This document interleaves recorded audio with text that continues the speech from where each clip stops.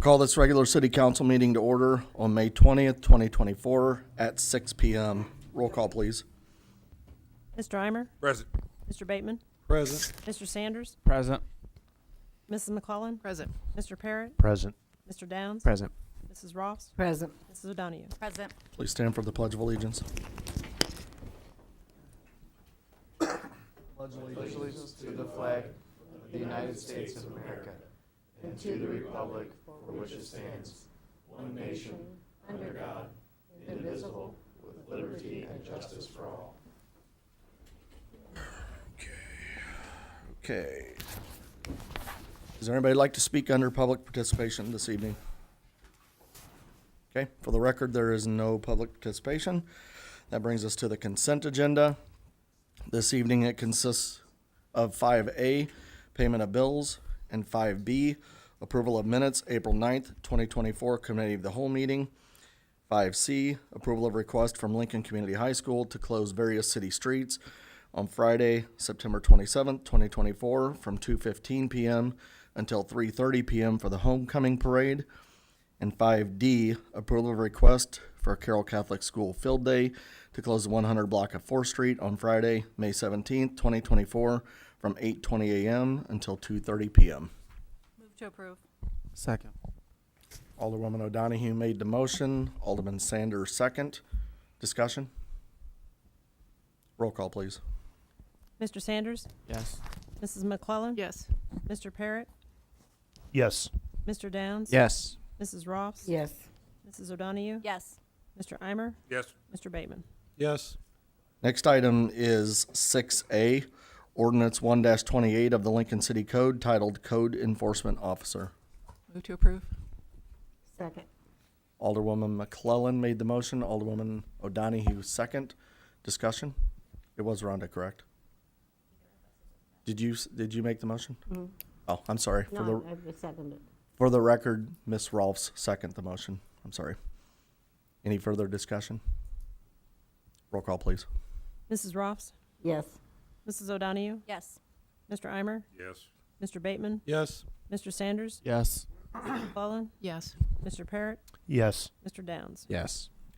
Next item is 6B, resolution for maintenance under the Illinois Highway Code for the expenditure of MFT funds for fiscal year 2024-2025. Move to approve. Second. Alderwoman Rolfs made the motion. Alderman Downs second. Discussion? Roll call, please. Mr. Downs? Yes. Mrs. Ross? Yes. Mrs. O'Donoghue? Yes. Mr. Eimer? Yes. Mr. Bateman? Yes. Mr. Sanders? Yes. Mrs. McClellan? Yes. Mr. Parrott? Yes.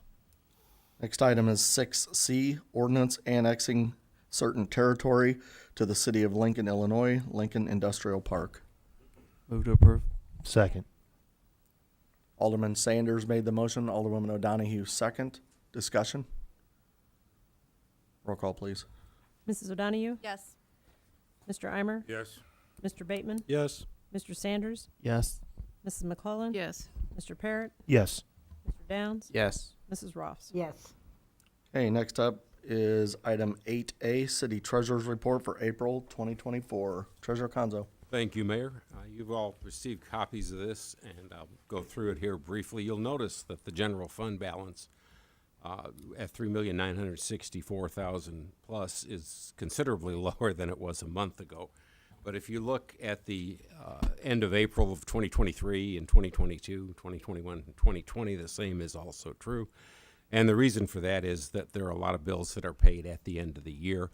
Also, and in this case in particular, and in other years as well, there are a lot of interfund transfers that occur at the end of the year. For example, the interfund transfers from general fund to the capital projects fund and some of the pension funds. Some of the others occur, if they haven't already occurred, they occur during that last month of the year. I would point out too that balance that you see there, that $3,964,000 plus last year in the initial report, you see there was $3,851,000 when we got everything done. You may also recall that in previous years, I always give a revised final report for the last month of the year. And the reason for that is because the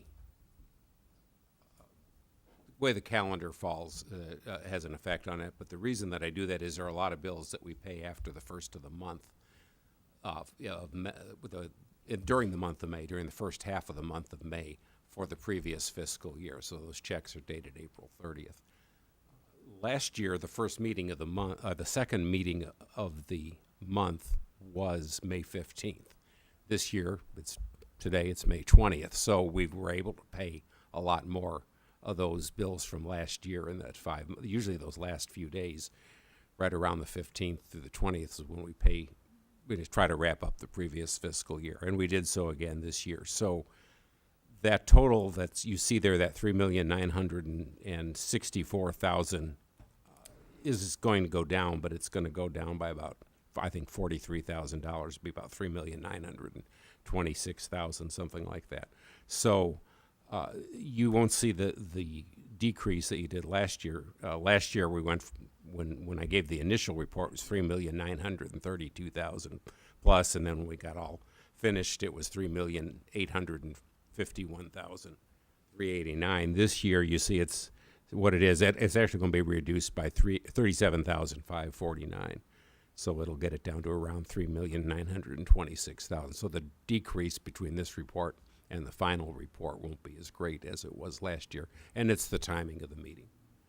So if there's any questions about that, I'd be happy to try to answer them. But if not, I think the rest is self-explanatory. There you'll see the receipts. Some of them are liability months of January, February, and March. And you may recall last month I told you that the receipts for particularly for the sales tax, state use tax, and the non-home rule sales tax were kind of low compared to what they were in previous years, and I thought it was probably more of a timely disbursement problem than it was the fact that we weren't going to get the money. If you look now at what we received in January in the attachments, I won't go through each and every one of these, but if you look at the municipal sales tax, $326,713. Last year it was $286,219. So you see, I think there was some catching up to do there, because if you look at December, we were down by about 30,000 in December, and for this December month of liability. January we're up by about 40,000. You'll see similar thing with the non-home rule sales tax, although there it didn't bounce back by quite as much. On the income tax, you see there we actually have come out ahead. I think part of the reason that you're seeing that is that wages have increased over the years, but over the last year, but so have prices on things. So it's great that we're getting more tax receipts in, but the downside of that is everything that the consumer buys and everything that the city buys is going to cost more. So we're not, I think we're in a good position overall financially, but it's really nothing to be too, celebratory about, because everything's with inflation still 3.7%, so everything's costing us more, just like it is everybody else. Ideally, and as I've talked about this before, that general fund balance, which you see there, when everything settles out and we're back up to normal, it's going to be probably right around $5 million in a couple of months when things get, more, back to where they should be. But ideally, that balance should be about $10 million. So we're well ahead of where we were 4, 5, 6, 7 years ago, but we still have a ways to go, and we should continue to work toward being fiscally responsible and spending less than we did for that reason. And that's all I have. Any questions for Mr. Conzo? Mr. Bateman? I don't have a question, but it's like Mr. Conzo read my mind. He went down everything I was going to discuss, but I'm going to discuss it in a different manner instead of so much gloom and doom. I've sat up here for several years now, and a lot of people don't want to spend money or talk about spending money or saving money on this. And I would like to point out that for several years now, we have not increased the property taxes of any resident here in Lincoln by voting to keep it flat. We've purchased everything that was asked of, except for the leaf vac that I pushed for, that each department asked for. We've increased staff, which in turn increased payroll. We've had increases in insurance and other things. And we've done all this, and yet we still vote not to spend money or scared to spend money. And with Chuck's revised number, we actually increased the general fund year over year in April by $75,305, if his numbers are accurate, because I get accused of funny math. But, and that goes a long way, because April 2020 to today, we've increased the general fund by $2,095,198. So my comment is, at one point, when citizens call and they would like us to see us do something, maybe we should really consider it, because we've cut our expenses here, we've increased everything we needed to increase, but yet a lot of citizens don't see that, because they don't see something tangible that is a benefit to them. So that's just my little soapbox. Thank you very much. Mr. Conzo. Oh, thank you, Mayor. The reason that we've been able to do that, to increase our general fund balance, is because of the department heads that we have had, and I'm not only the current ones, but previous ones, and city administrators and others that we've had have, for the most part, done a good job of being fiscally responsible, and that they have not asked for things that they didn't need. They haven't padded their budgets like I've seen at the state level on certain occasions, and like you see other cities do too. It's not just the state, but they've been very fiscally responsible, with, I guess, one exception. And the result of that has been that we've seen this balance grow over the years. You can go back even further than 2020, and you'll see that we've got to continue to do that. And as I said, this fund balance that we generally have is right around just under 5 million, and we'll be back up to that. But that's about 6 months cash on hand. Standard & Poor's recommends a minimum of 12 months.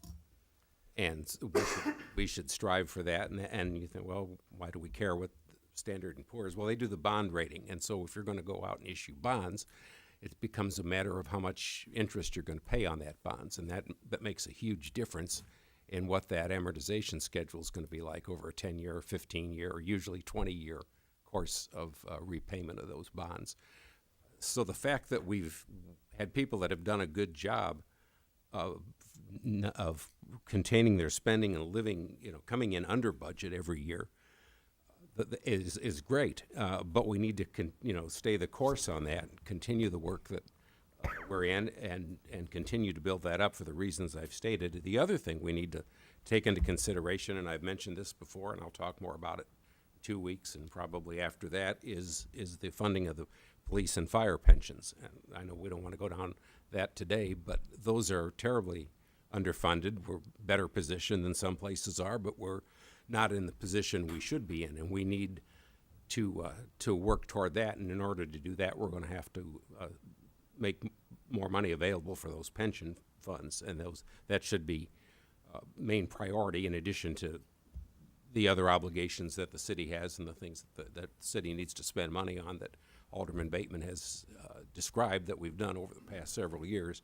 The funding of the pensions is high priority, or should be high priority, and we need to concentrate on that before we buy vacuum cleaners and other stuff like that.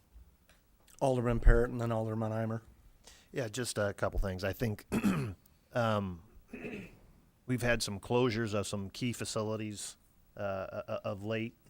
The colleges, Lincoln College, Lincoln Christian University, 2 big hits, and then the potential for losing Logan as well. You could lose residents from moving, you lost income coming in, taxes and such. And so I think you got to be cautious. But I also like to ask, How much ARPA funds did we have during these last few years that we were able to spend on things that, we may not have had if it wasn't for some of the, I think total ARPA funds, keep me honest, was 1.8 million. Right, yeah, just over 1.8 million. so we've had 1.8 million that we've been able to spend and put into the city on various things in regards to The roof. helping Yeah. with that. Yes, yes, and some of those are very costly things, like the roof, for example, and the elevator, the things you can't do without those things. And we were fortunate enough to have that. That's a very good point. And I didn't mean to interrupt you. Were you still? No, thank you. I would add to that, the things you described are entirely correct. We also lost the glass factory not too long ago, too, and that's not been as recent as the closures of the two colleges, but that has an impact, too. So, we see other things, growing, but the question is, are they going to replace some of these things that we've lost? We don't know what's going to happen for certain with Logan Correctional Center, but it's not looking real great at this point in time, and that would have a very deleterious impact on our finances if that occurs. Alderman Eimer.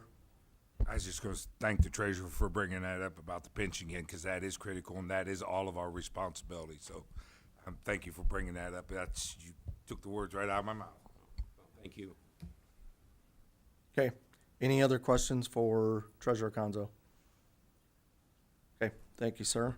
Next up is item 8B, City Clerk's Report for April 2024. Ms. Bateman. In the month of April, the sewer has received $265,992.47 in collected in the receipts. They did receive $32,305.84 from both prisons. Any questions for Ms. Bateman? Okay, thank you. All right, next up is 8C, Department Head Reports for April 2024. They are, most of them are already on the city website. The other ones will be shortly. So you can find them out on the city website.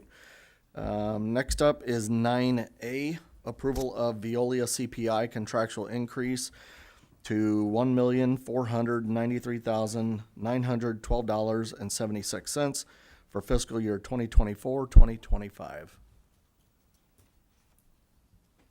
Move to approve. Is there a second? Second. Alderman Eimer made the motion. Alderwoman Rolfs, second. Discussion?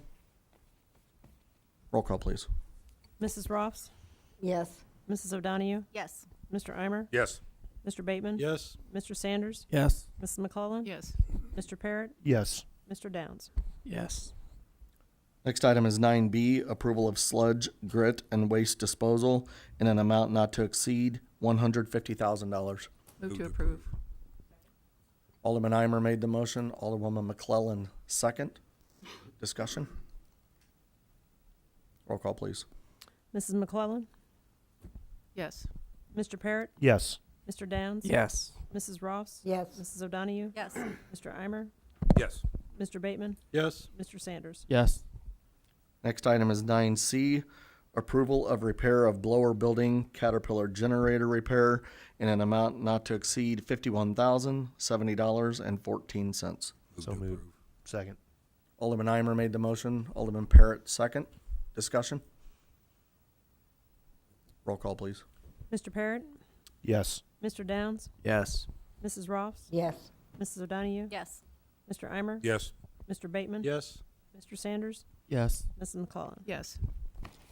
Next item is 9D, approval of purchase of one new Caterpillar Model D450 GC diesel engine generator in an amount not to exceed $109,640. Move to approve.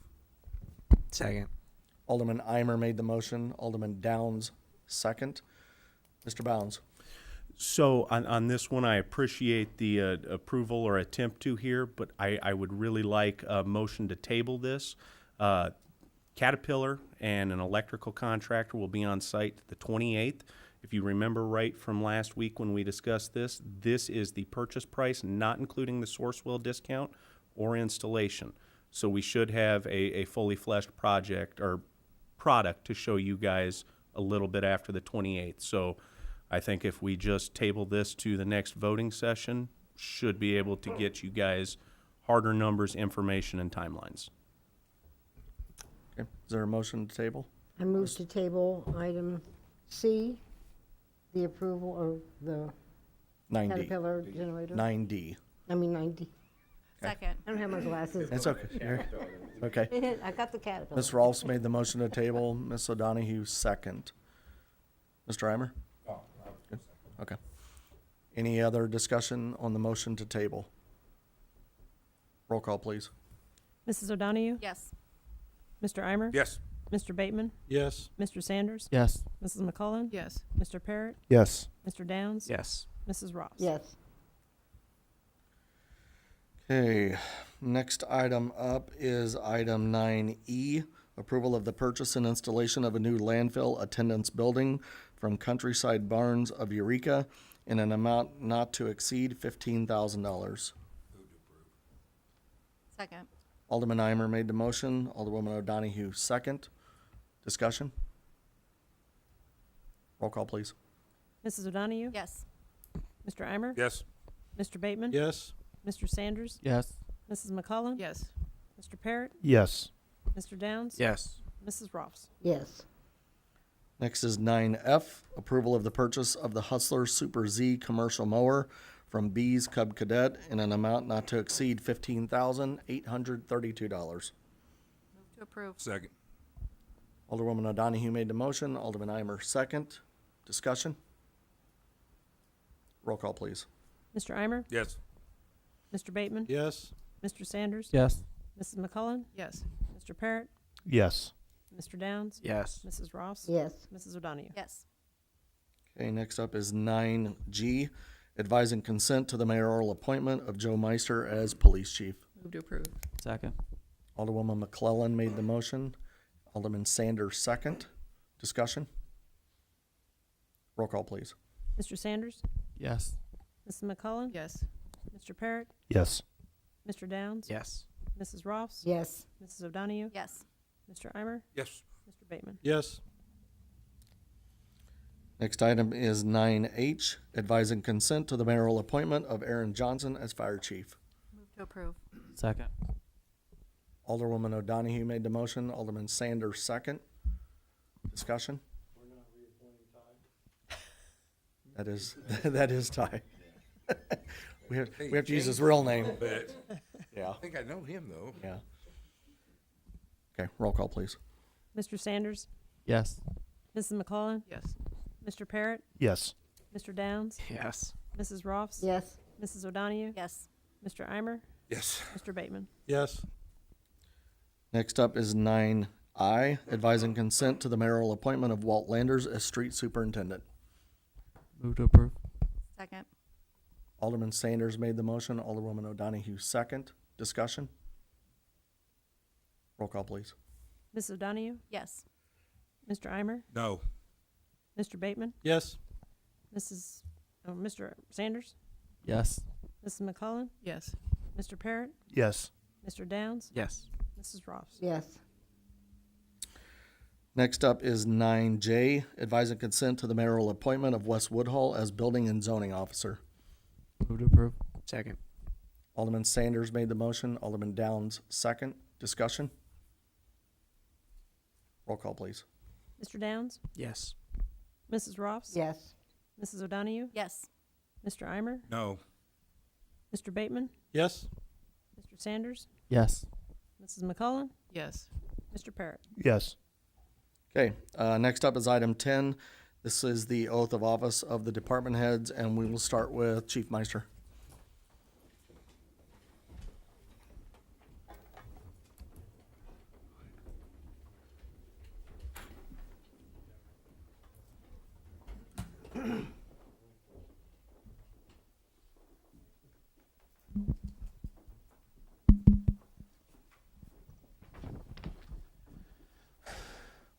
Please say aye.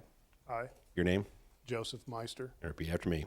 Have been appointed having been appointed to the office of police chief to the office of police chief in the city of Lincoln, in the city of Lincoln, in the county of Logan, in the county of Logan, do solemnly swear do solemnly swear I'll support the Constitution I will support the Constitution of the United States of the United States and the Constitution and the Constitution of the State of Illinois, of the State of Illinois. and I'll faithfully discharge the duties I will faithfully discharge the duties of the office of Police Chief of the office of Police Chief to the best of my ability. to the best of my ability. Congratulations, sir.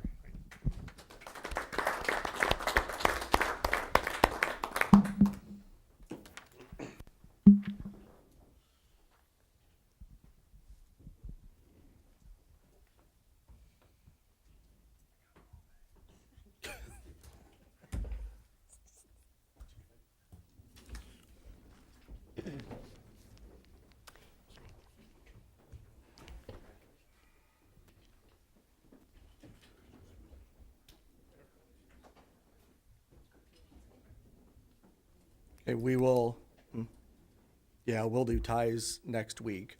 So we'll move on to Mr. Landers.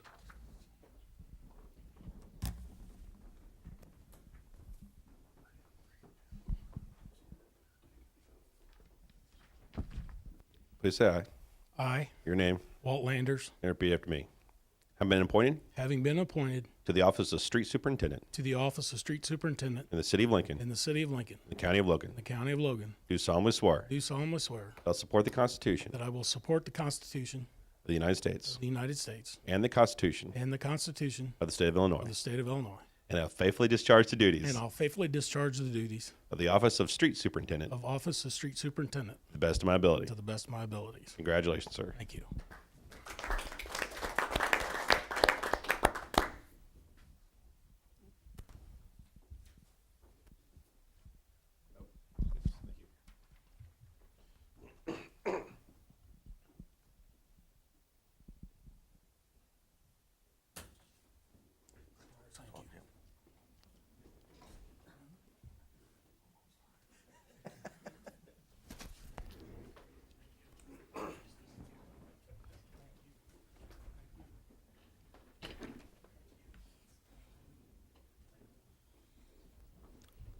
Next up, Mr. Woodhull.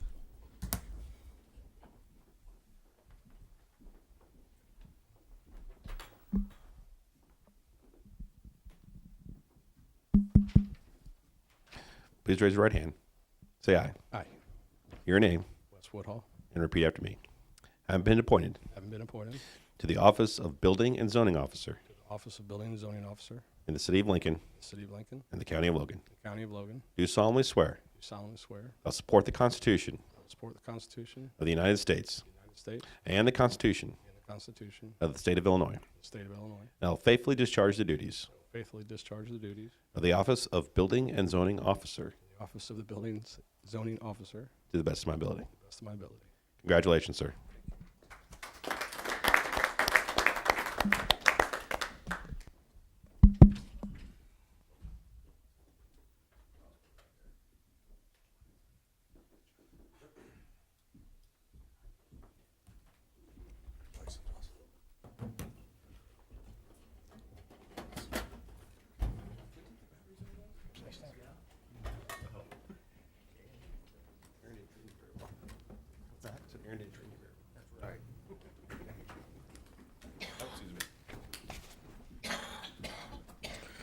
Okay, that brings us down to announcements this evening. I have one announcement, and then I'll open it up to the floor for anybody else. There's been a lot of discussion going on Facebook about solicitors going door to door. This has somehow been a hot topic lately. We did have a rather large group of solicitors that came in, and they did get their permits, and they started the process going door to door. After repeated requests for them to follow the guidelines, which was to stop at 5 o'clock, we unfortunately had to pull their permits. So those individuals are not in town, and they were selling internet or home security systems. It was Smart Home Pros is the name of the company. And then there is also another group in town called Sunrun, and they're working with solar panels, and they are going door to door as well. Unfortunately, they do not have a valid permit yet because they have not come in and paid their fees. So I know the chief has spoke with them, and I believe the clerk's office has, correct? On this one, it's And there's a female that is going door to door, correct? Chief, do you want to elaborate on your experience speaking with them? Sure. I tried to track down Sunrun, particularly one woman who had been complained about up in the Mayfair subdivision several times last week. All the time I sped up there, I was unable to locate them, but they happened to come visit me on Friday afternoon at home. So I got the good opportunity to speak with them, and I told them to cease their operations in town, and had the guy call his manager. So since then, I haven't received any complaints personally.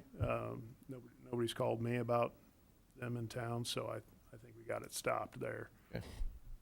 Yeah, and on that point, I would say that some of the feedback that we received was that 5 o'clock is too early of a cutoff. So we've talked about this before. The conversations haven't resulted in a change of ordinance, but just bringing that to your attention, if that is something that a council member would like to bring forward, it's something we can certainly discuss. I think the idea is that at 5 o'clock, those who are soliciting don't have an opportunity to knock on as many doors because of the time. So, Mr. Bateman. I would like to put on the next cow. What are the times now? 9 to 5. I would like to shift that 2 hours, as in 11 to 7. Only because no solicitor, and I'm not speaking highly of solicitors or against solicitors. They're just trying to do a job, and a lot of the Facebook comments was they're just trying to do a job. Some of them can be forceful, but we can deal with that. But like, for example, the Bateman residents, we would never get a solicitor because neither one of us are home during those hours. So if we can put it on the cow, and if the vote passes, fine. If it don't, it don't. But I'm not wanting to add 2 hours to their time. I'm wanting to just shift it 2 hours, just to give them the 2 hours for time for people to get home, so they can do their job. They're just trying to make a living like everybody else. Chief Meister and then Alderman Parrott. Speaking both as the chief of police and also as a Lincoln City resident, I'm not adverse to the idea of moving the time frame, but like the surveillance folks came to my house at almost 8:30 at night. 8 or 8:30, in my opinion, as a citizen, is a little too late, and I would feel the same way speaking for the police department. Alderman Parrott. I think part of our discussion when we established that 5 o'clock, I think it may have been during the winter time when it gets darker earlier, and I think that has an impact on it as well. And I don't know if we can have floating hours or not. Because I don't think a lot of people like to have, solicitors around when it's dark, on their property, We can do it daylight savings time, and, to make it simple, during daylight savings time, it's these hours, during whatever that other savings time is. Standard. Non-daylight. Yeah. Yeah. Yep. Yeah, because one of the calls I got was from a friend who actually was in Mexico when she called me, because she had somebody staying at her house watching her dog, and those individuals came to her house at 9 o'clock at night, and it was dark, and the individual staying there, I think, was a little uncomfortable with that situation. So, yeah, it's definitely worth addressing. Okay to put it on the next, it would just be a simple vote. We can have a discussion, but I'm not even wanting to add, I'm just wanting to shift it 2 Okay. hours. So, Ms. Bateman, we can put the discussion about that. Well, let's have the discussion, and then if Mr. Bateman wants to work with Mr. Hoblet on some thoughts to bring forward, that'll at least get us started instead of baking it on the floor like we have done in the past. Ms. McClellan. I wonder if it would be good to talk to people who actually do that also, to see about the shift to 11, if that is a problem, or maybe talk to a few companies that is what they do and see if that's what they want to do, you know, just to make sure that's what they have in mind, or that would be good for them too. I mean, the list changes. Yeah. The only one that we have all the time is actually Swans, which we all know, you know, they're the only one that's gonna be all the time is Swans. AAA is, they're not on there. So, AAA windows. No, that's not Windows, that's a pest service. Sam's asking about AAA, the windows. They don't go to door, do they? Yeah. They just, I haven't seen them out this year yet. AAA Windows over here? Yes. Yep. Well, where's their permit? I didn't know they went door to door. We'll have to address that. No, I've never known for them to go door to door. Sounds like we can make it. We'll have a phone call tomorrow. We can make a phone call. So yes, Ms. McClellan, we can speak to some of those that we work with frequently about that. Yeah, I didn't know they did. So Okay. It looks like to me that, Mr. Oblit. looks like to me that the solicitation aspect, the hours, is under 3-10-5, and it's only one sentence.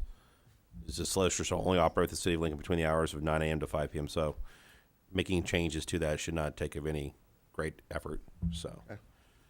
And for those who watch and will are following this conversation, we do have a page on the city website under the services menu, and it is a list of solicitors that has current permits. It's got clippings from the ordinances so that you know all of the rules. It's got contact information on how to address those if you see them come to the door. So if you do see somebody out and you wonder if they are in fact legitimate and have a permit, you can reference that list. The clerk's office keeps it updated. So, okay, I do not have any other announcements. Does anybody else have an announcement? Chief Meister. It is with regret that I have received the resignation of Mrs. Carolyn Gober. She served the citizens of Lincoln through the police department as a crossing guard at 8th and Union Street for 8 years, and she's probably the best we've ever had. Unfortunately, she has decided it's time to move on from that position. But I'd like to thank her for the service that she's provided our community, especially for the kids that have attended Central and Lincoln Junior High School over those 8 years. It's hundreds of kids that lives that she affected in a positive way. So thanks to Mrs. Gober. And then I'd like to invite the city council to seek out any interested party that may be interested in applying for the crossing guard position, because it is a busy intersection with a lot of kids that go through there every morning and afternoon. I'm going to open up that application process here soon. So if you have anybody who you think may be interested or would be a good fit for a job like that, I'd love to hear from you. Can you, is it how long in the morning and afternoon? It's a couple hours a day at least. It's an hour, in the morning, hour in the afternoon. I can't remember exactly what time she got there in the morning, but she was always there early. So Get all the school holidays. Do you think we could get her to come up here and maybe present her with a plaque and publicly thank her for her service? I'd love to ask her to come up. Yes, that'd be great. We got her some gifts in appreciation for her service, but I think she would really appreciate that if she were invited up here. Perfect. We'll work on that. Yeah. Okay, thank you. Okay, Ms. Rolfs. I was not able to attend the third Friday, but I have had so many people that said it was just wonderful, that the kids, they said, one person said, I've never been there before, but she said just watching the smiles on the kids' face and how much fun they were having, that it was just great. So It was packed. Hmm? It was packed. And next month, it'll be even busier. It's Nashville Nights. So, thank you for calling that out. Yep. And thank you to the committee for the work they do on that, and the police department. Every department contributes in one way or another. I thought it was really cool. The fire department actually had a table set up, and Miss Conrady was there, and she was giving out coloring books and stuff. You wanna mention anything about that?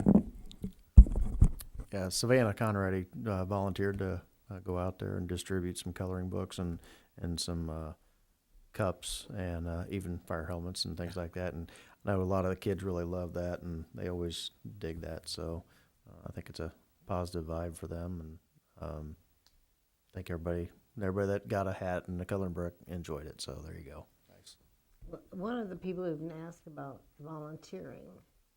So if we want to announce now who they would contact, if They we could say we're contact looking Miss for Bateman, or volunteers. they contact myself. If they want to volunteer with the bounce houses, there is a sign up time on that on the city website or city Facebook and tourism's when it gets closer to time for that event. If they want to volunteer to help set up or tear down, we like muscle to move picnic tables because we all are getting a little old. Well, some more than others, but so if anybody wants to volunteer for that, I'll just give me a call. So we Yep. know. Yep. And those Okay. I'd phone like to thank numbers the are two on police the officers. City website. Yes. So they Yep. I'd like to thank the two police officers. Their names escape me because I'm a little older. But Sergeant, they helped Sergeant. with trash and stayed there the whole time. It was awesome. Yep. Kids liked talking to them. That was probably not the one that with the largest crowd, but that was easily one of the friendliest crowds. So much to do. Nobody was just walking around. There was plenty of food, so it was a good one. Little sprinkle, couple bolts of lightning, but we were all good. And a rainbow. And a rainbow, yeah. Okay, anything else? Okay, I would like to request from a council member a motion to go into executive session under 2C11 litigation. Motion to go into executive session under 2C11 in litigation. Second. Alderman Downs made the motion, Alderman Parrott second. Discussion? Roll call, please. Mr. Parrott, Yes. Mr. Downs, Yes. Mrs. Ross, Yes. Mrs. O'Donoghue, Yes. Mr. Eimer, Yes. Mr. Bateman, Yes? Mr. Sanders, Yes. Mrs. McClellan. Yes. Okay, going into executive session at 6:43 PM. There will be no city business to follow.